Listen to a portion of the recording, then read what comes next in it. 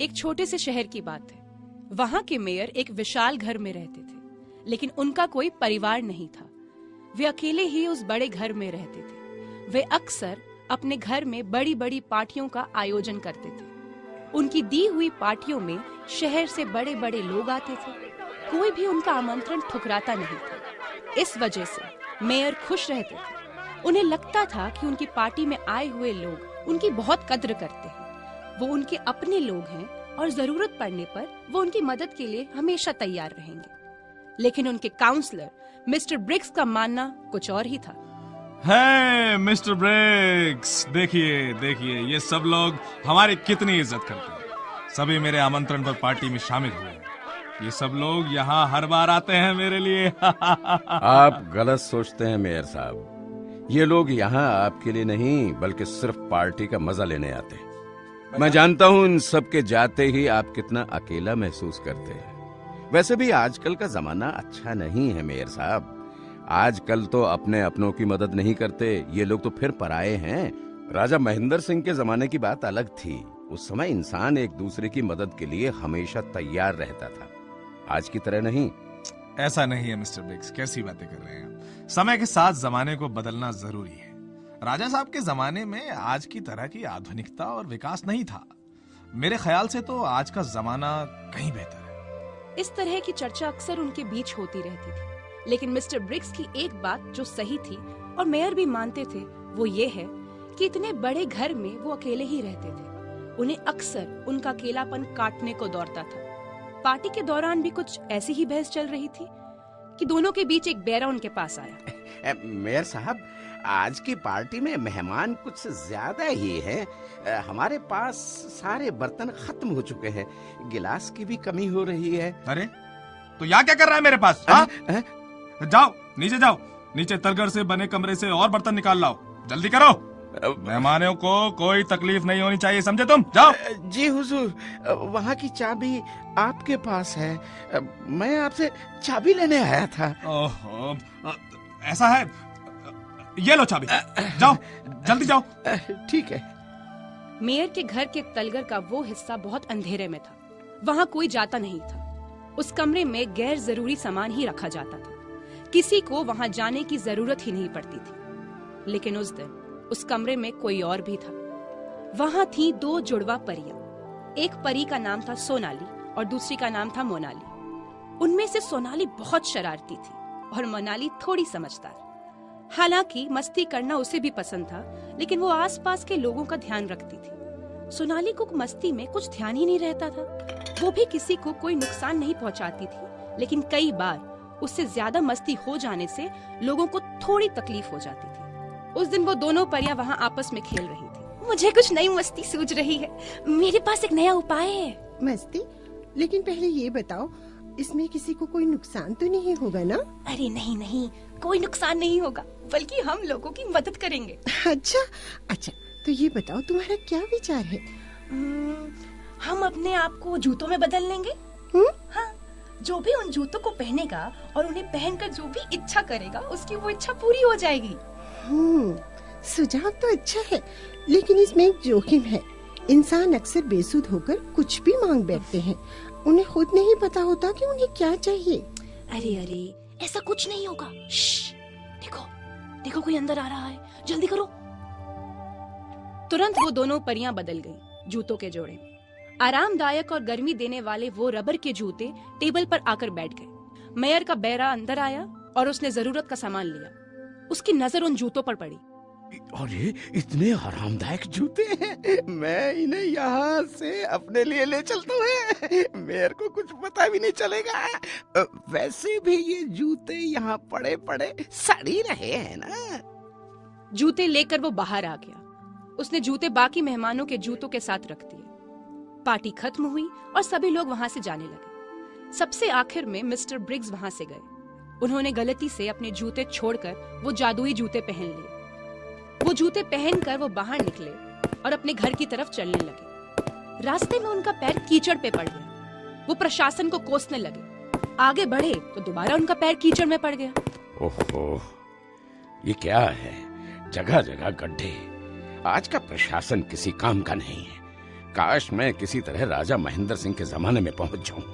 उनके ऐसा बोलते ही जादुई जूते ने अपना जादू दिखाया। मिस्टर ब्रिग्स पुराने जमाने में पहुंच गए। उन्हें कुछ समझ नहीं आया। उन्हें लगा कि वो रास्ता भटक गए हैं। तभी वहाँ से एक सैनिक घोड़े पे सवार निकला। मिस्टर ब्रिग्स घोड़े से टकराने ही वाले थे कि वो सैनिक वहाँ रुक गया। अरे तुम इस तरह बीच रास्ते में क्यों चले आ रहे हो? और ये कैसे कपड़े पहने हुए तुमने?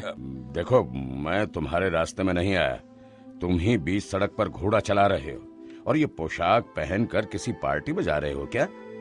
ये कोई मुखौटा पार्टी है क्या? तभी वहाँ से कुछ और घुड़सवार निकले और वहाँ रुक गए। ओह, तुम सब उस मुखौटा पार्टी में जा रहे हो ना? मुझे आमंत्रण कैसे नहीं मिला? कोई बात नहीं, मैं वैसे भी बहुत थका हुआ हूँ।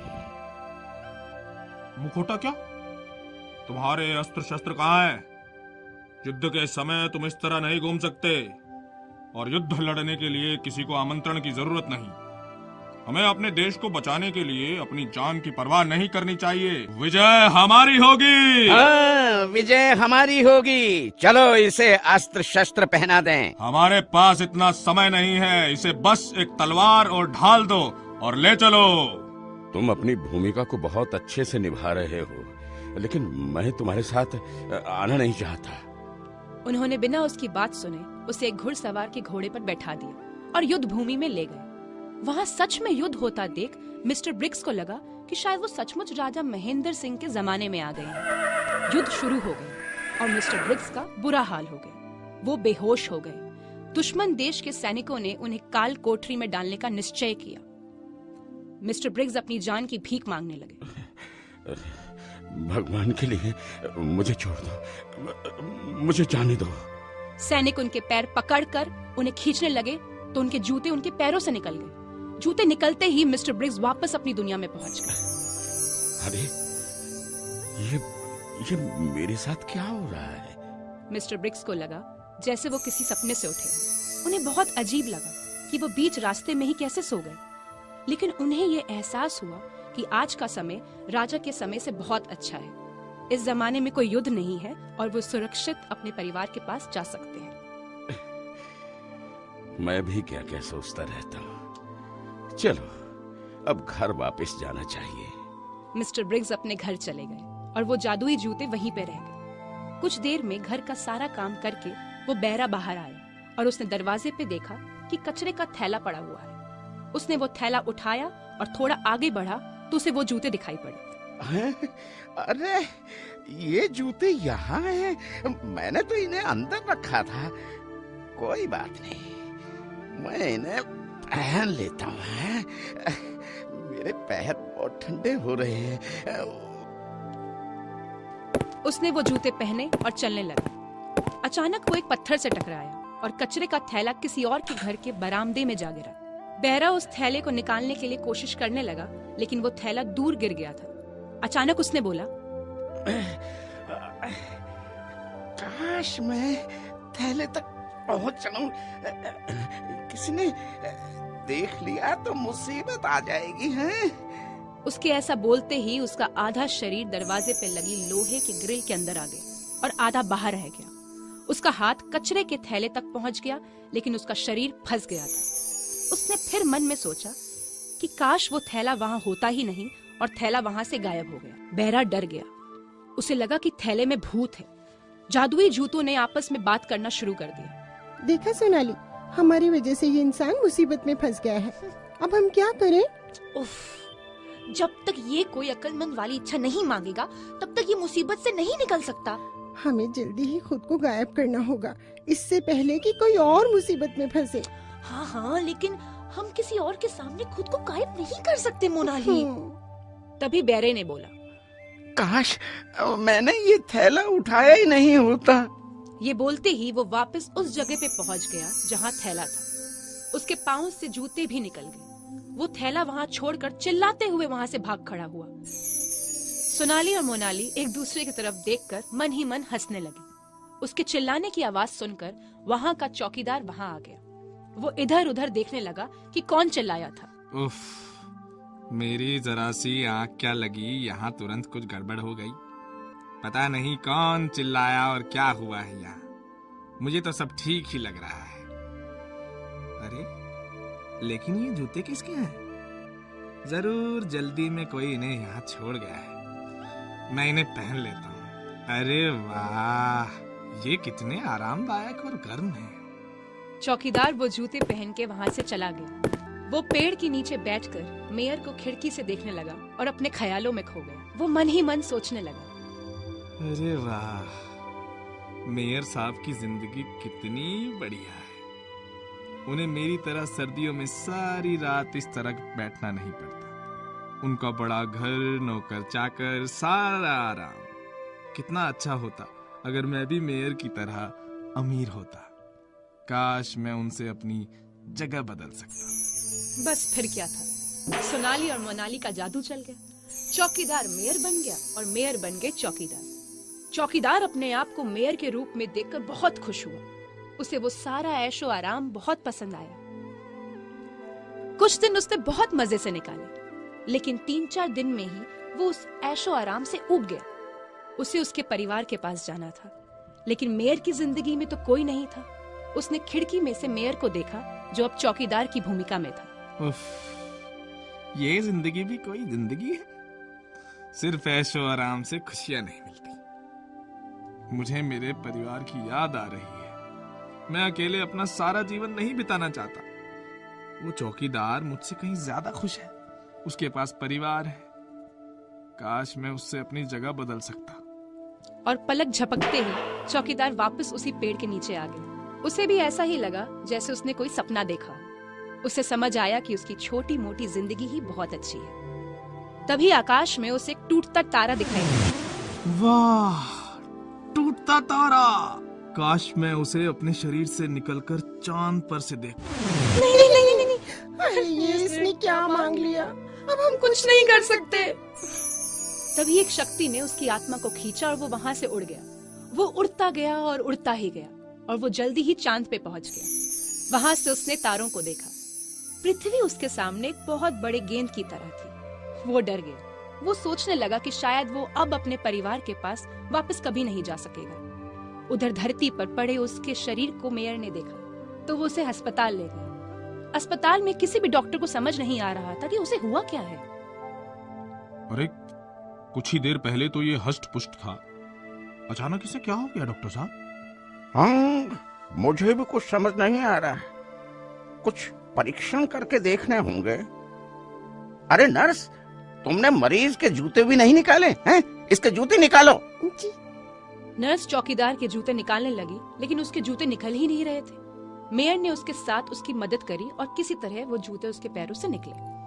जैसे ही वो जूते निकले, चौकीदार की आत्मा चांद पर से वापस उसके शरीर में आ गई। चौकीदार को होश आ गया। अरे अरे, मैंने बहुत बुरा सपना देखा। मैं धरती पर हूँ। मैं वापस आ गया। मुझे मेरे परिवार के पास जाना है। जल्दी ही वो वहां से भाग गया। उसने ये भी ध्यान नहीं दिया कि वो एक अस्पताल में है। उसे स्वस्थ देखकर सबने राहत की सांस ली। मेयर वहां से जाने लगे तो नर्स ने उन्हें चौकीदार के जूते दे दिए। वो जूते लेकर मेयर वहां से निकल गए। जूतों में बसी परियां अब तक खुद भी परेशान हो चुकी थी। हम किसी और को मुसीबत में नहीं डाल सकते सोनाली। हमें कुछ करना ही होगा। हमारी वजह से उस बैरी और चौकीदार को बहुत परेशानी हुई है। मैं समझती हूँ मोनाली, लेकिन हम अभी कुछ नहीं कर सकते। हम जब तक अकेले नहीं होंगे, हम कुछ कर ही नहीं पाएंगे। मेयर को रास्ते में एक बच्चा दिखाई दिया।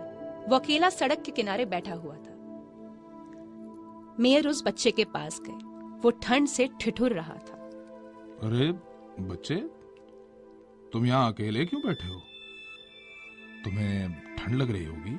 इससे आपको क्या, मैं अकेला ही हूँ। ओह, मुझे माफ करना। ठंड बहुत है, तुम्हारे पास गर्म कपड़े भी नहीं है। मेरे पास ये जूते हैं, तुम चाहो तो इन्हें पहन सकते हो। नहीं, ये जूतों से मत दीजिए। लेकिन उनकी बात कोई सुन नहीं सकता था। मैं चाहूँ तो, जानते हैं मैं क्या चाहता हूँ? मैं चाहता हूँ कि मेरे पास एक घर हो, कोई मेरी देखभाल करने वाला हो। आपको देखकर लगता है कि आप बहुत अमीर हैं और हंसी खुशी अपने परिवार में रहते हैं। हाँ, मैं बहुत अमीर हूँ, लेकिन तुम्हारी तरह मैं भी अकेला हूँ। मेरा परिवार नहीं है। क्या तुम मेरे साथ मेरे घर चलोगे?